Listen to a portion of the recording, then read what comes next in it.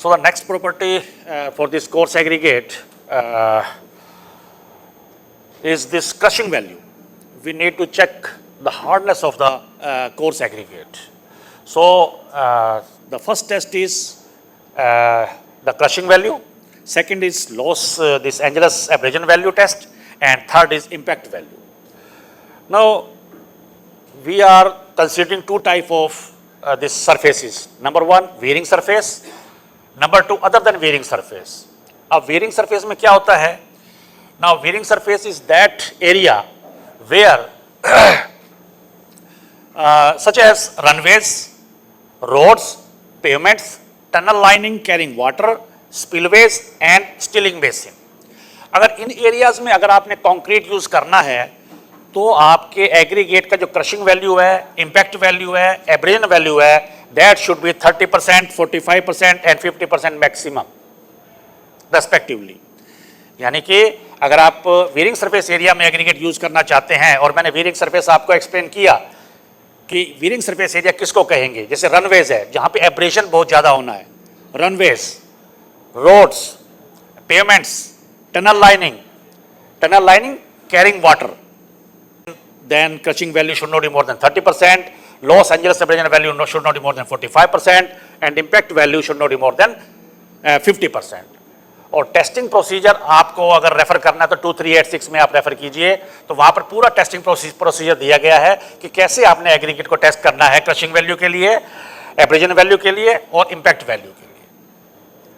अगर तो ये वैल्यूज 30, 45 और 50% की रेंज में है तीनों टेस्ट के लिए, तो आप कहीं भी यूज कीजिए एग्रीगेट को, कोई प्रॉब्लम नहीं है. चाहे वो वेयरिंग सरफेस एरिया है, नॉन वेयरिंग सरफेस एरिया, कहीं भी यूज कीजिए, ठीक है. लेकिन वेयरिंग में स्पेसिफिकली इसको यूज करना है. अगर हाई वैल्यू आती है तो आपको यूज नहीं करना है एग्रीगेट. हाँ, other than wearing surface area में आप यूज कर सकते हैं, लेकिन उसके लिए जो रिलैक्सेशन दिया गया है, क्या है, क्रशिंग वैल्यू में आपको एक और टेस्ट करना है जिसमें आप 10% फाइन वैल्यू चेक करना है. अब 10% फाइन वैल्यू के लिए क्या होता है कि आपको एग्रीगेट को क्रश करना है और लोड अप्लाई करना है लगभग 50 kilo Newton. 50 kilo Newton load apply करने के बाद आपने मटेरियल को 2.36 वाली सीव से पास करके देखना है. तो इसमें जो आपका जो क्रस्ट पार्टिकल है that should not be more then 10%. यानी कि 10% जो फाइन वैल्यू आने के लिए आपको कम से कम लोड 50 kN चाहिए. High load no problem, high load आ रहा है तो इसका मतलब यह है कि आपका एग्रीगेट स्ट्रॉन्ग है. Similarly for other than wearing surface area, this Los Angeles abrasion value can be increased up to 45%, right? And for impact value you can, हाँ sorry, मैं पहले थोड़ा सा मेरे से थोड़ा मिस्टेक हुई है कि वेयरिंग सरफेस एरिया के लिए क्रशिंग वैल्यू 30% होना चाहिए, Los Angeles abrasion value 30% and impact value 30%. Other than wearing surface के लिए आपने क्रशिंग वैल्यू में 10% फाइन वैल्यू चेक करना है, और Los Angeles abrasion value should not be more then 45% and impact value should not be more then 50%. तो ये है आपका एग्रीगेट की हार्डनेस को चेक करने के लिए आपने ये तीन टेस्ट काफी क्रूशियल होते हैं. ओके, स्पेशली जब आपने हाई स्ट्रेंथ कंक्रीट को डिजाइन करना है. अब हाई स्ट्रेंथ कंक्रीट में क्या होता है कि आप जब डिजाइन करते हैं तो उसमें आपका मोर्टार फेल नहीं होता है. अगर एग्रीगेट वीक है तो एग्रीगेट फेल हो जाता है. इसलिए उस केस में हाई स्ट्रेंथ में ये रिकमेंड किया गया है कि आपका जो एग्रीगेट है वो काफी स्ट्रॉन्ग होना चाहिए. आप ये मान के चलिए कि crushing impact abrasion value should be well with in the range of 20%. High strength के लिए और आप रिड्यूस कर दीजिए. Okay, now this is regarding shape of the aggregate. If the shape of the aggregate is perfect, angular type aggregate you are using, that is the perfect shape. लेकिन अगर aggregate आपका flaky है, किसको बोलेंगे flaky? ये flaky यानी को चपटा टाइप वीक हो जाएगा. elongated काफी लंबाई में लंबा है लेकिन क्या नाम है उसके स्ट्रेंथ नहीं है उसके अंदर, वो वीक हो जाता है. तो ये आपका angular aggregate, crust angular type aggregate आपको परफेक्ट शेप होती है. एक्चुअली ये डिपेंड करता है आपने क्रशर किस टाइप का यूज किया है, ठीक है ना. अलग अलग टाइप है, VSI, HSI, कोन टाइप. तो ये जो शेप है ये डिपेंड करता है आपके क्रशर के ऊपर भी. हाँ, कुछ पार्ट जो है ना आपके मटेरियल पे भी डिपेंड करता है, but mainly this depends upon the type of crusher. तो आपको एंगुलर एग्रीगेट यूज करना है, फ्लैकी और एलोंगेटेड एग्रीगेट को अवॉइड करना है, क्योंकि फ्लैकी और एलोंगेटेड में क्या होगा, प्रॉब्लम क्या आती है, फिर एक तो वीक होते हैं, सेकंड सरफेस एरिया बढ़ जाएगा जिससे आपकी वाटर डिमांड बढ़ेगी, और जैसे ही वाटर डिमांड बढ़ेगी आपकी सीमेंट कंजप्शन बढ़ जाएगी। तो आपको एग्रीगेट को टेस्ट करना है combined flakiness and elongation index के लिए, right. And again, you can check its procedure in IS 383 2016, and the combined value of this flakiness and elongation index should not be more than 40%.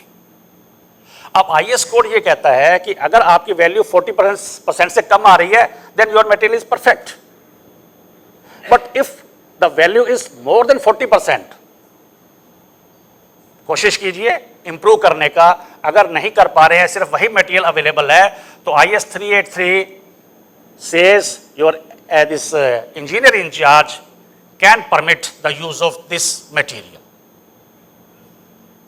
लेकिन इसमें loss क्या है? Loss यही रहेगा, वैसे आपको टेक्निकली स्ट्रक्चर पे कोई एडवर्स इफेक्ट नहीं है, लॉस सिर्फ यही है कि आपकी सीमेंट कंजम्पशन इंक्रीज हो जाएगी। रीजन मैंने आपको बता दिया, सरफेस एरिया बढ़ेगा, वीक भी होते हैं। हाई स्ट्रेंथ में तो आप बिल्कुल भी यूज नहीं कर पाएंगे। हाई स्ट्रेंथ में तो जितना कम आप इलोंगेशन और फ्लेकीनेस कम कर पाएं with in the range of 15%, तभी आप हाई स्ट्रेंथ कंक्रीट डिजाइन कर पाएंगे। क्यूबिकल शेप जिसे बोलते हैं, मैं इसे वर्ड यूज करूंगा, क्यूबिकल शेप। क्यूबिकल शेप आपको टाइप का आपको एग्रीगेट यूज करना चाहिए, उससे आपकी स्ट्रेंथ भी इंप्रूव होगी, बॉन्डिंग इंप्रूव हो जाएगा, आपकी सीमेंट की कंजम्पशन भी कम हो जाएगी।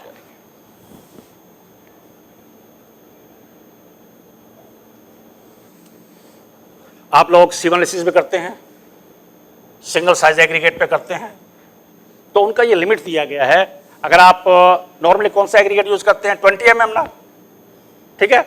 अगर आपने 20 mm प्रिक्योर किया तो ये आप इंश्योर कीजिए कि 20 mm aggregate should pass 100% from 40 mm सीव। इससे दिखाना पड़ेगा आपको, ये 100% from 40 mm सीव and 85 to 100% from 20 mm. It means 15% oversized aggregate is permitted. General उसमें नॉर्मल ग्रेड में 15% ओवरसाइज होगा एग्रीगेट, नो प्रॉब्लम, ठीक है। लेकिन SCC, अगर मैं सेल्फ कंपैक्टिंग कंक्रीट की बात करता हूं और जब बात करता हूं मैं हाई स्ट्रेंथ कंक्रीट की, तो ये इंश्योर कीजिए कि आपका एग्रीगेट 100% 20 mm से पास होना चाहिए।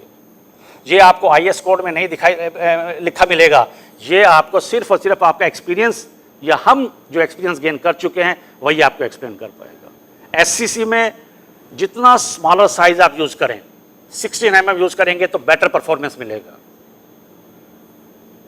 ओके। तो हाई स्ट्रेंथ में अब देखिए क्या होता है कि जैसे हमने एक स्टेटमेंट दिया कि अगर आपने सीमेंट कंजम्पशन को सेव करना है तो आप क्या करें, एग्रीगेट के साइज को बढ़ा दीजिए। जितना बड़ा एग्रीगेट यूज करेंगे उतनी आपकी सीमेंट सेव होगी। लेकिन ये होता है नॉर्मल ग्रेड में, आपने M30 M40 तक डिजाइन करना है। जैसे जैसे हाई स्ट्रेंथ की तरफ चले जाएंगे आपको एग्रीगेट के साइज को रिड्यूस करना पड़ेगा। हो सकता है आपको 100% 10 mm यूज करना पड़ेगा। हाई स्ट्रेंथ के लिए आपको स्मॉलर फ्रैक्शन यूज करना है, लेकिन नॉर्मल स्ट्रेंथ में अगर सीमेंट कंजप्शन, क्योंकि हाई स्ट्रेंथ वाले में सीमेंट सेव करना हमारा इतना एम नहीं है, हमारा एम है पहले हाई स्ट्रेंथ को अचीव करना। सेल्फ कंपैक्शन में हमारा एम है कि मैं क्या सेल्फ कंपैक्टेड कंक्रीट प्रोड्यूस कर पाऊंगा या नहीं कर पाऊंगा, वो मेरा पहला एम है। उसके बाद मैं सोचूंगा कि हाँ कुछ कंजप्शन सीमेंट का सेव हो सकता है तो कैसे हो सकता है। सर ऐसे होता है कि स्मॉलर साइज में क्या होता है कि आपका सरफेस एरिया बढ़ता है, ठीक है, उसमें हमारे क्या नाम है जो फाइन्स हैं वो और बढ़ जाएंगे, तो आपकी इंटरलॉकिंग और ज्यादा बेटर हो जाती है। इंटरलॉकिंग बेटर होती है, और जो उसका जो आपका जो ये समझिए कि कंक्रीट के अंदर का जो स्ट्रक्चर है वो आपको उसमें जो वाइड्स होंगे वो कम से कम होंगे उसके अंदर, क्योंकि उसके अंदर आपके सैंड आ जाएगी, उसके अंदर आपका एक्स्ट्रा सीमेंट प्लस माइक्रोसिलिका ये सब आ जाता है। थर्ड, हमें वाटर कंजम्पशन को भी रिड्यूस करना है। वैसे नहीं आता है वाटर कंजम्पशन को कैसे रिड्यूस करना है, हमें एडमिक्सचर यूज करना है जो कि कैपेबल हो, लगभग 40% वाटर को रिड्यूस करने की क्षमता रखता हो। अभी मैं आगे आऊँगा कि एडमिक्सचर हमारे पास कौन कौन से टाइप होते हैं, लिग्नो है, नेप्थलीन है, पॉलीकार्बोक्सिलिक ईथर बेस है। तो क्यों पीसी बेस एडमिक्सचर को हमें यूज़ करना जरूरी है? पीसी बेस भी हमारे इंडिया में तो क्या होता है ना कि वो रेट्स के चक्कर में ये लो पीसी, ये मिड पीसी, ये हाई, हालांकि ऐसी कोई टेक्नोलॉजी नहीं है कि ये लो पीसी है, ये पीसी, वो पीसी है, ठीक है। सुपरप्लाइसाइजर के बारे में यही है कि only that admixture will be taken as superplasticiser which is capable to reduce minimum 20% water, और उससे हाई, अगर हाई स्ट्रेंथ में जाना है तो मुझे एडमिक्सचर चाहिए जो कि 40% तक मुझे वाटर को रिड्यूस करने की पावर रखता हो, right sir. And next 0 to 20% from 10 mm and 0 to 5% from 4.75 mm. This is for single size aggregate, and for this 10 mm aggregate it should pass 100% from 12.5 mm sieve, 85 to 100% from 10 mm sieve, 0 to 20% from 4.75 mm and 0 to 5% from 2.36 mm. ये आपके लिए specifications हैं कि आप site पे material procure करते हैं तो 20 mm का सिवलिसिस कीजिए, 10 mm का सिवलिसिस कीजिए, and that should satisfy the requirement given in IS 383, ठीक है। ये तो है सिंगल साइज के लिए। लेकिन मान लीजिए कभी कभी जैसे आपका 10 mm एग्रीगेट है, यहां पर दिया गया है 85 to 100, 85 to 100 ना मिलके हम लोगों को 75 मिल रहा है, 75% पासिंग है, तो क्या मैं इसे रिजेक्ट कर दूं? नहीं, ब्लाइंडली आपको रिजेक्ट नहीं करना है। अगर आपने वाकई डिजाइन मिक्स करवाया है तो मेरा एम है इनको ब्लेंड यूज करना है, इनका ब्लेंड यूज करना है। अगर आप 20 mm एग्रीगेट यूज कर रहे हैं, जब आपका MS से 20 mm होता है तो it means you are mixing two fractions of the aggregate, 10 to 20 mm and 10 mm down. अगर सिर्फ और सिर्फ 10 mm यूज कर रहे हैं तब आपके लिए कंपल्शन है कि आपको 85 to 100% पासिंग होना चाहिए। लेकिन अगर आप 20 और 10 को मिक्स करना है तो मिक्स करने वाले में आपका जो रिक्वायरमेंट हो जाता है, ये आपका ग्रेडेड एग्रीगेट की रिक्वायरमेंट है।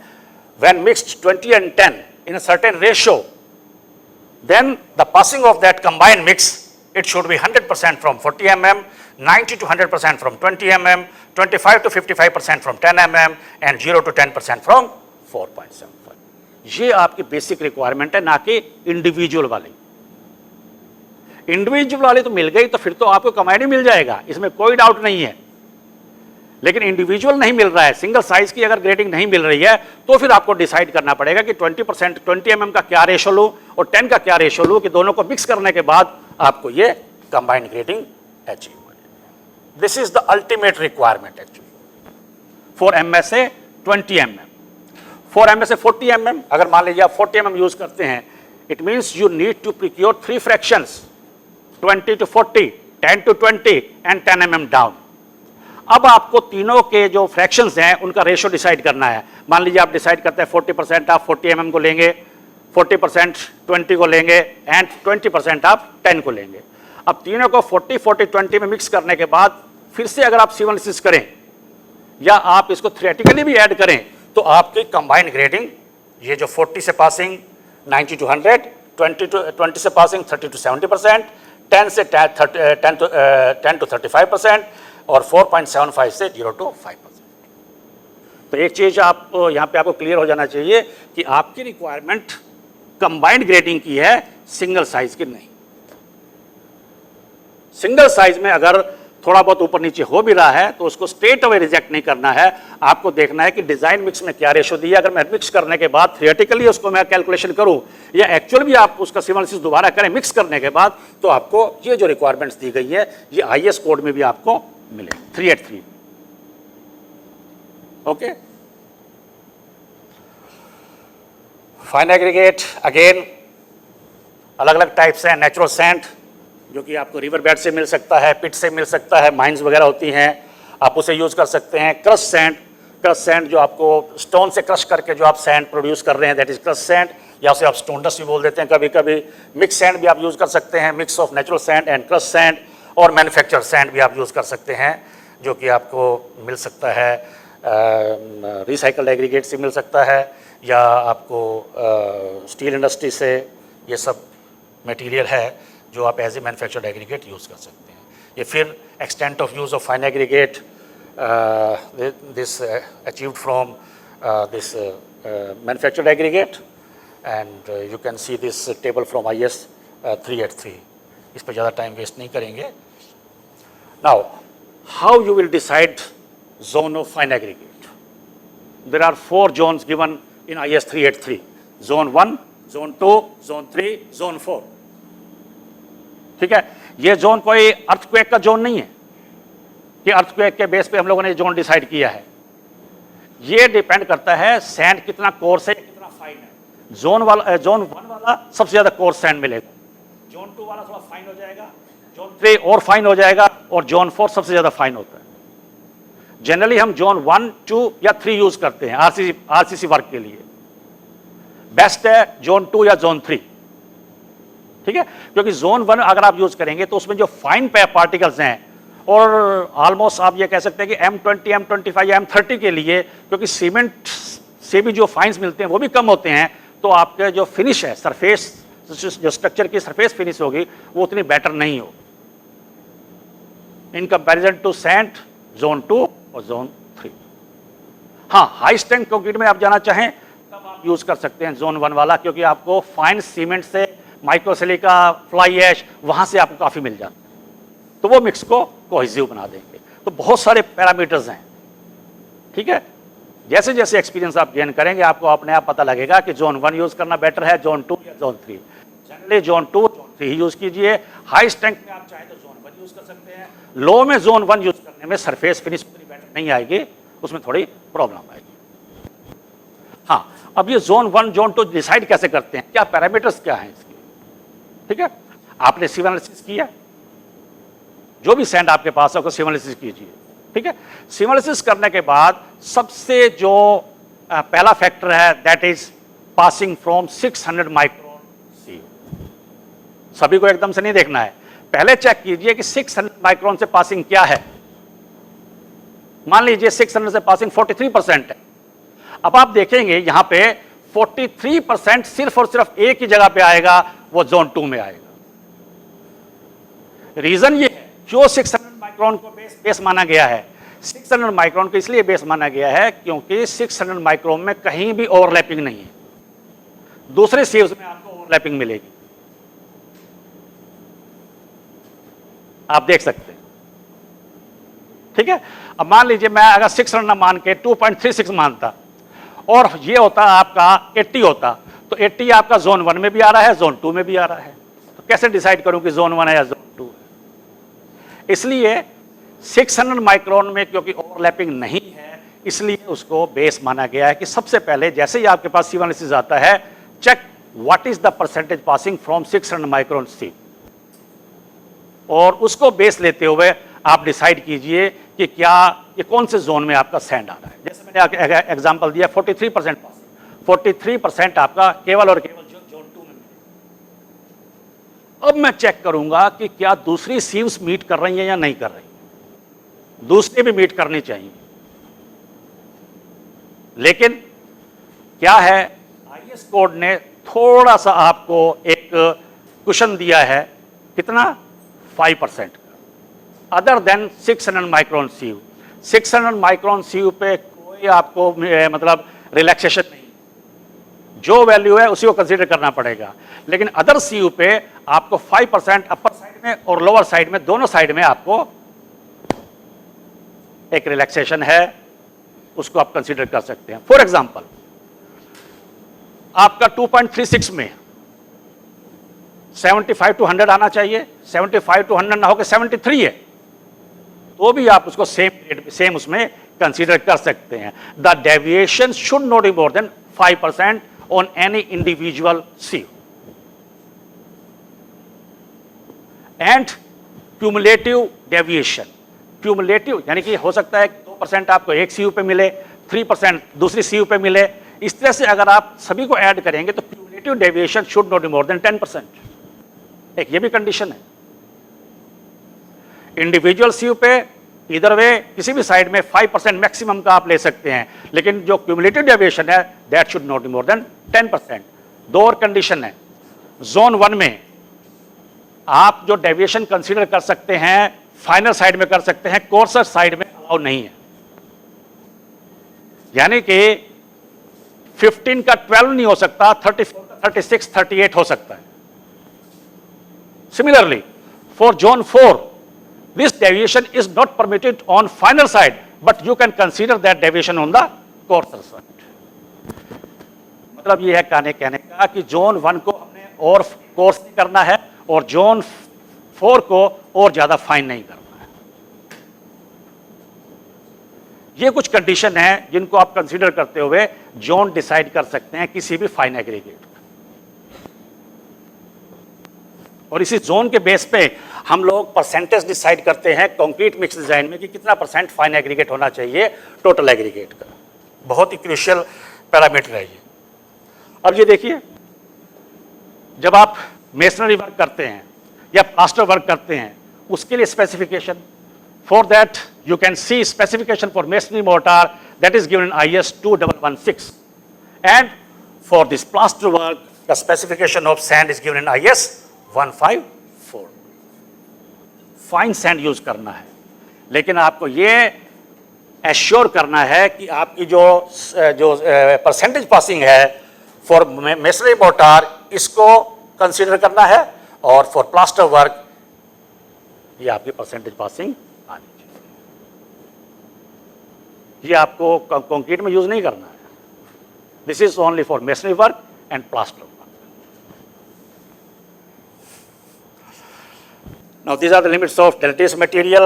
इसमें सबसे मेन है मटेरियल फाइनर देन 75 माइक्रो, जिसे हम जनरल वर्ड्स में क्या बोलते हैं, सिल्ट कंटेंट। ठीक है, जिसे आप सिल्ट कंटेंट कहते हैं, टेक्निकली उसे हम बोलते हैं मटेरियल फाइनर देन 75 माइक्रो। अगर आप फील्ड टेस्ट करेंगे तो फील्ड टेस्ट में आप जो CPWD मेथड दिया गया बाय दिस वॉल्यूम, आप एक जार में क्या नाम है 100 mm वाले में इसको सैंड को फिल करके थोड़ा सा उसमें पानी डालेंगे और थोड़ा उसमें नमक डाल के आप शेक करके और 3 घंटे बाद जो भी वैल्यू आता है that is the silt content value and that should not be more then 8%। This is by volume and this is given in CPWD specification. लेकिन IS कोड बाय वॉल्यूम को नहीं मानता है। IS कोड में by weight ही है, जो है by weight. आपने कंक्रीट प्रोड्यूस करना है वो भी आपने बाय वेट ही करना है। तो 75 माइक्रोन वाले में करना क्या होता है, आपको 75 माइक्रोन सीव लीजिए, उस पर 100 ग्राम जो भी आप सैंड को स्टडी करना चाहते हैं जिसको टेस्ट करना है, 100 ग्राम सैंड को आप वेट सीविंग करना है। तब तक आप उसको वॉश करते रहिए जब तक कि आपका डर्टी वाटर आना बंद ना हो, क्लीन वाटर आना चाहिए। ठीक है, उसके बाद उसको ओवन में ड्राई कीजिए, जो वेट आता है उसको मेजर कीजिए। Weight loss will be the silt content percentage and it should not be more then 3% for natural sand. Natural sand के लिए जो 75 माइक्रोन पासिंग का जो लिमिट है this is 3% by weight and for crush sand this is 15% by weight. और मैं कभी भी आपको रिकमेंड नहीं करूंगा, आप CPWD मेथड से वो जो बाय वॉल्यूम वाला है नेचुरल सैंड वाले को आप स्टडी कर लीजिए, उसका सिल्ट कंटेंट चेक कर लीजिए, कोई प्रॉब्लम नहीं है। लेकिन स्टोन डस्ट का कभी भी बाय वॉल्यूम चेक मत कीजिए, उसको बाय वेट ही चेक करना है। जो 75 माइक्रोन के ऊपर आप रख के उसको आपको वेट सीविंग करना है। ड्राई करने के बाद वेट लीजिए और जो भी लॉस होगा that will be the end 3% is the limit for this natural sand and 15% is the limit for the crush sand. अब आप कहेंगे कि सर 3% नेचुरल सैंड के लिए क्यों और 15% क्रश सैंड के लिए इंक्रीज करके कितने टाइम, 5 टाइम्स आपने इंक्रीज कर दिया। भाई कोई तो कारण होना चाहिए कि क्यों नहीं हमने 15% उसमें रख दिया, 10% अपना सिल्ट इसमें रिवर सैंड में रखा। एक्चुअली जो रिवर सैंड कह लीजिए या जो नेचुरल सैंड है उसके अंदर क्ले कंटेंट आने के चांसेस होते हैं जो कि क्रश सैंड में नहीं। क्रश सैंड में जो भी पार्टिकल्स होंगे वो स्टोन के पार्टिकल्स होंगे। इसलिए अगर अब क्या है कि क्रश सैंड में स्टोन का पार्टिकल है, वो वैसे पॉजिटिव स्ट्रेंथ पे पॉजिटिव इफेक्ट डालेगा। एडवर्स इफेक्ट कहां पड़ता है, वाटर की डिमांड बढ़ेगी उस पर। अब वाटर की डिमांड कंट्रोल करने के लिए मैं बार बार कह रहा हूं आपको सुपरप्लाइजर यूज करना चाहिए। मैं 2 स्लाइड आपको दिखलाऊंगा कि क्यों हम लोगों को स्टोन डस्ट या क्रश सैंड यूज करना चाहिए। देखिए एक्सप्लॉयटेशन, ओवर एक्सप्लॉयटेशन चल रहा है अभी हमारा नेचुरल सैंड का, कब तक चलेगा? हमें अल्टरनेट सोर्स पे आना पड़ेगा, ठीक है। तो वो आगे आपको एक स्लाइड दिखलाऊंगा। तो ये कुछ टेस्ट हैं जो आप फाइन एग्रीगेट पे करेंगे, colon, lignite, clay, lumps, material 575 मगर etcetera, and for this uncrushed, crushed and manufactured sand these are the limits. आपको ये एश्योर करना है जो भी आप सैंड यूज करें fine aggregate that should meet these requirements. एक साउंडनेस टेस्ट होता है जो फाइन एग्रीगेट पे भी करते हैं, कोर्स पे भी करते हैं। तो 2 सॉल्यूशन है, या तो आप Na2SO4 सॉल्यूशन यूज कर सकते हैं या MgSO4 सॉल्यूशन यूज कर सकते हैं। उसमें हम लोगों को मटेरियल डिप करना होता है, तो 5 साइकिल्स के बाद देखना होता है कि कितना वेट लॉस हुआ है, right. So for fine aggregate अगर Na2SO4 में डिप किया है तो 10% से ज़्यादा लॉस नहीं होना चाहिए। अगर MgSO4 में आपने डिप किया है तो 15% से ज़्यादा लॉस नहीं होना चाहिए फाइन एग्रीगेट का। फॉर कोर्स एग्रीगेट अगर डिप किया आपने Na2SO4 सॉल्यूशन में तो 5 साइकिल्स के बाद 12% से ज़्यादा लॉस ना हो, और MgSO4 में 18% से ज़्यादा लॉस नहीं होना चाहिए। So this is the soundness test for coarse and fine aggregate. Now this is the crush sand.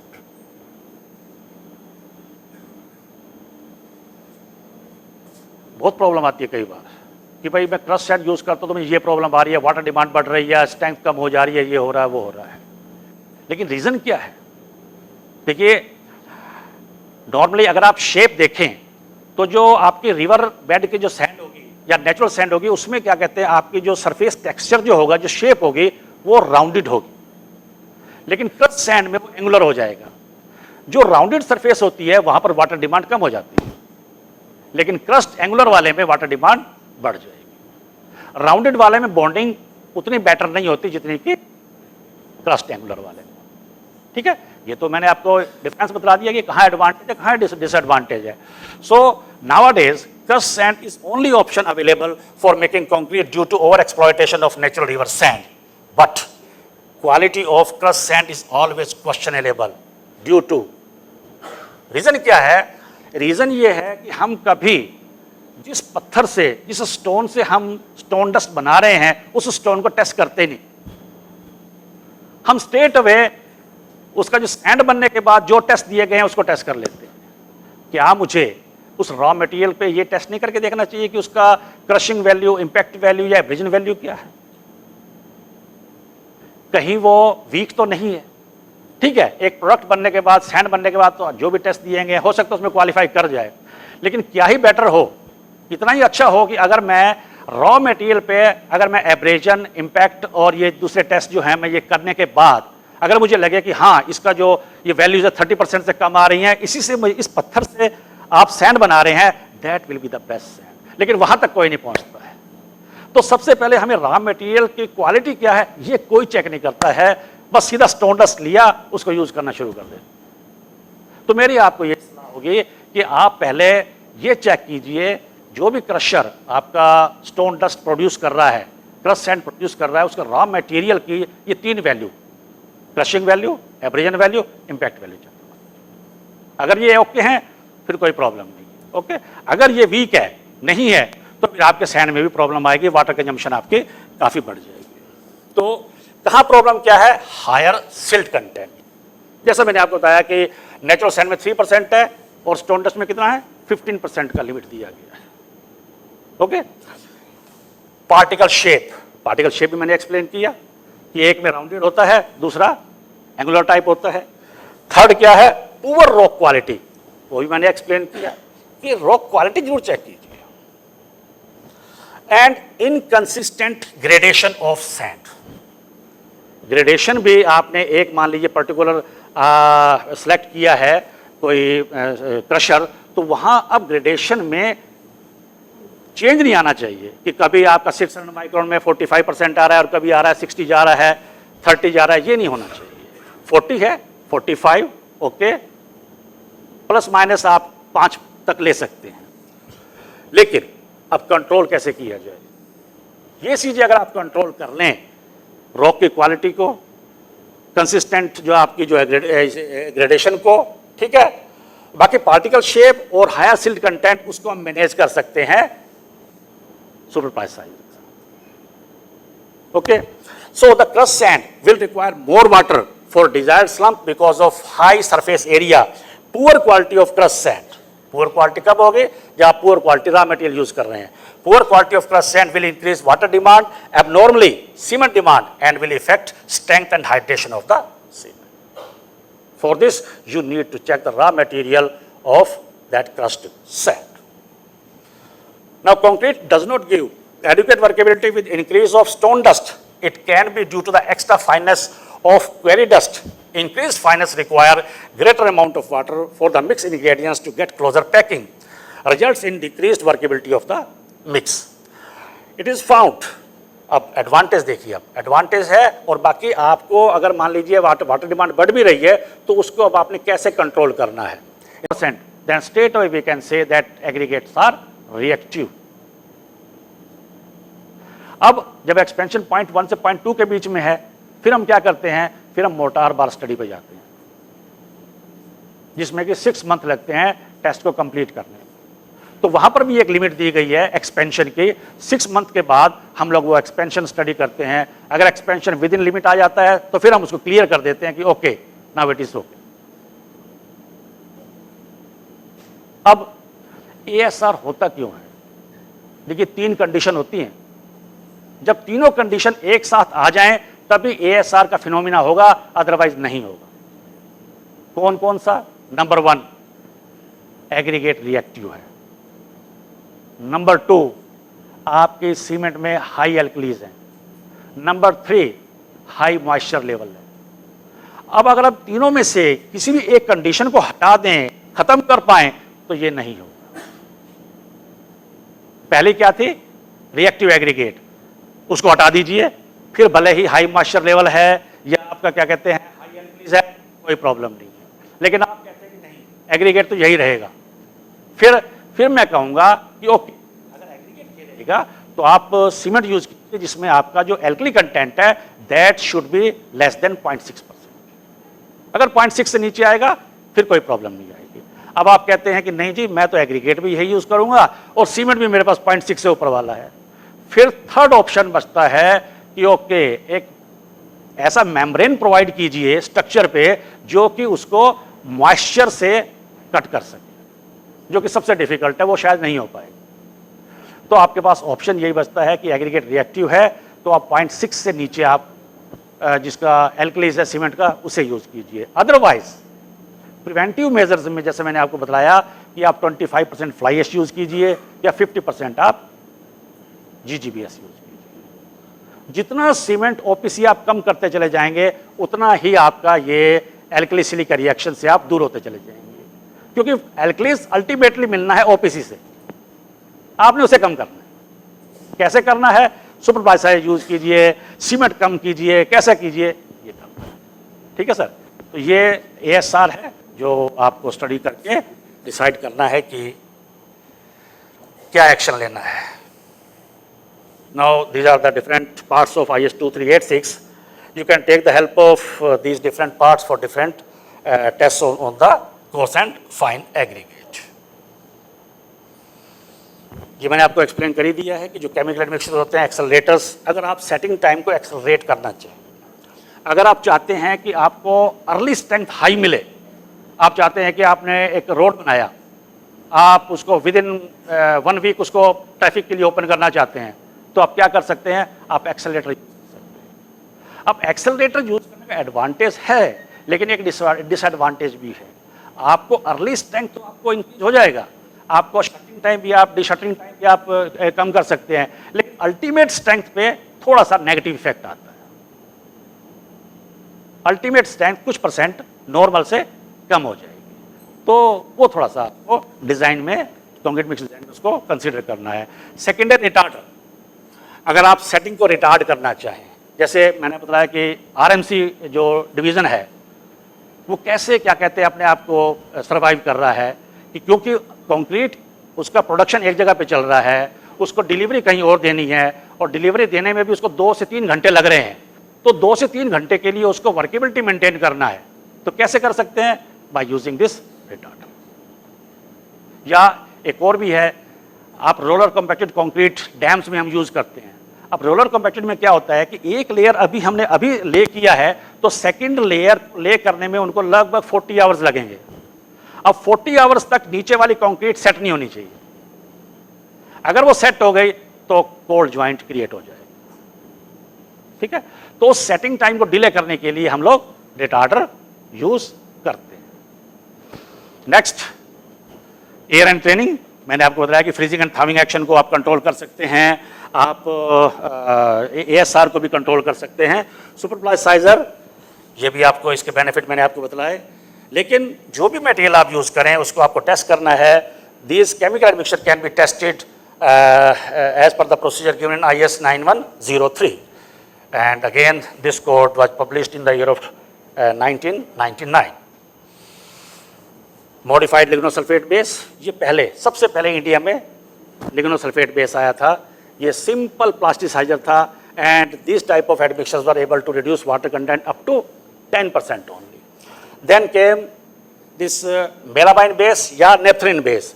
ये मेलामाइन और नेपथलीन बेस जो होते हैं ये 25% तक वाटर रिड्यूस कर सकते हैं।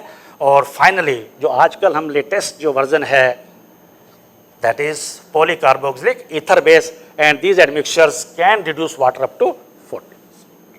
कोई भी SCC high strength concrete without this PC base admixture can not be produced. ये IS 456 ने कोड दिस रिकमेंड की है कि अगर आप रिटार्डर यूज करते हैं तो 0.5% से ऊपर नहीं जाना है, आप प्लास्टिसाइजर यूज करते हैं तो 1%, सुपर प्लास्टिसाइजर 2%, और PC बेस एडमिक्सचर भी 1% मैक्सिमम उन्होंने रिकमेंड किया है।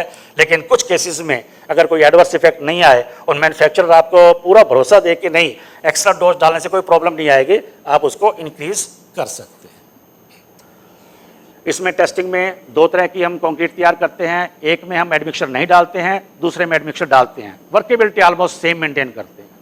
तब हम कंपैरिजन उसका देखते हैं, स्ट्रेंथ में, सेटिंग टाइम में, फ्लक्स स्ट्रेंथ में, बहुत सारा ये सब कंपैरिजन देख के करके हम डिसाइड करते हैं कि एडमिक्सचर का कोई एडवर्स इफेक्ट है या नहीं है कंक्रीट पे। ये हाई वर्केबल मिक्सेस पे टेस्ट करने हैं। Now this is uniformity test कि सप्लाई के दौरान आपकी जो मटेरियल के अंदर सॉलिड कंटेंट है वो विद इन ±5% होने चाहिए of the value stated by the manufacturer. Ash content ± this 5%।